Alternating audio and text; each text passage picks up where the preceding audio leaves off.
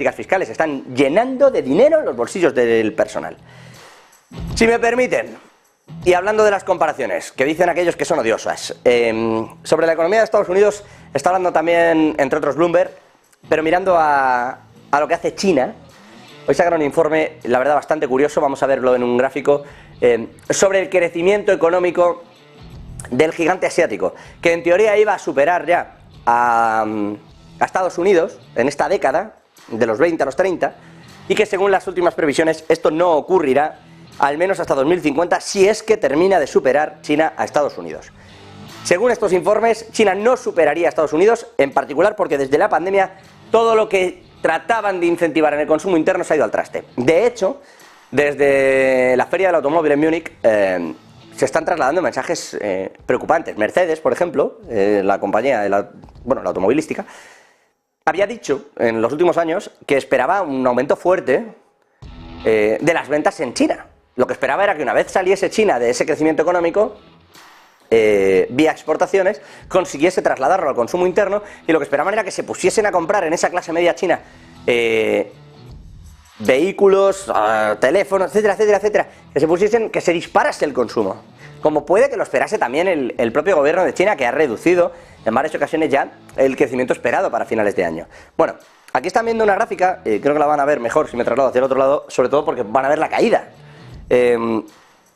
Caída muy muy fuerte. El PIB de China está actualmente aquí, donde termina la línea negra, y a partir de ahí tienen la proyección que había antiguamente y la nueva proyección, casi un punto por debajo de crecimiento para China. Casi un punto porcentual por debajo. ¿Por qué? Bueno, pues porque se ha salido de esa política de COVID-0, de ese final de la pandemia, con el descubrimiento de que en realidad hay una crisis inmobiliaria aguda contra la que pelea el gobierno de China, que es verdad, tiene muchas más armas de las que tenía el gobierno estadounidense cuando la caída de Lehman Brothers, pero también es cierto que eso requiere, bueno, rehacer el sistema. Y están en eso. Hoy mismo Country Garden ha conseguido pagar sobre la línea los bonos que tenía previstos, y lo ha hecho exigiendo una serie de garantías, etcétera, etcétera, en un periodo que se considera de gracia en el pago de bonos, porque había excedido el periodo temporal fijado por los propios bonos. Entonces está en eso un Country Garden que ha perdido, pues eso, más de un 70% en ese entorno de su valor en bolsa. En general está saliendo, los fondos internacionales, ya se lo venimos contando también aquí, salen de China. Y China está intentando lidiar con este problema actualmente dentro, y el consumo interno además no consigue repuntar tanto, ojo que sí ha repuntado, pero no de la manera que le gustaría al gobierno chino, y no de la manera, como decía Mercedes, que le hubiera gustado también, ¿no? Que la automovilística pues también hubiera vendido más. Están bajando mucho las previsiones de venta. Es curioso porque en el sector del automóvil lo que se está especulando también es sobre hasta qué punto se va a poder cumplir con algunas de las exigencias del gobierno alemán a la hora de no exportar o no importar de China, el tipo de movimientos que se realizan.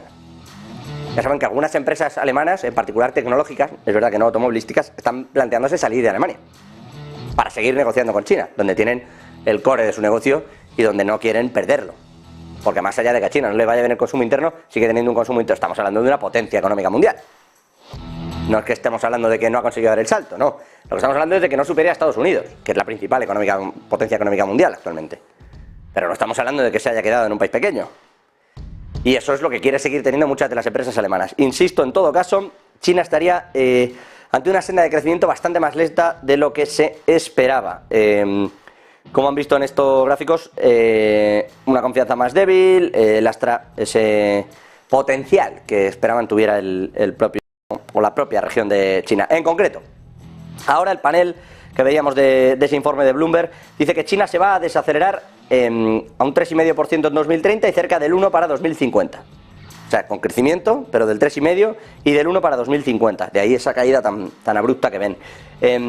Anteriormente se esperaba que fuera del 4,3 y del 1,6, de ahí ese movimiento cercano al 1%, del 3,5, se esperaba un 4,3 y ahora un 3,5, ahí ha estado, y se esperaba un 1,6, 1,7, se espera ahora un 1% como mucho. Hay que recordar que el año pasado creció un 3% y que las proyecciones iniciales hablaban de en torno del 5%, es decir, que hay una reducción importante, aun cuando un 3% de crecimiento en la economía china es una barbaridad.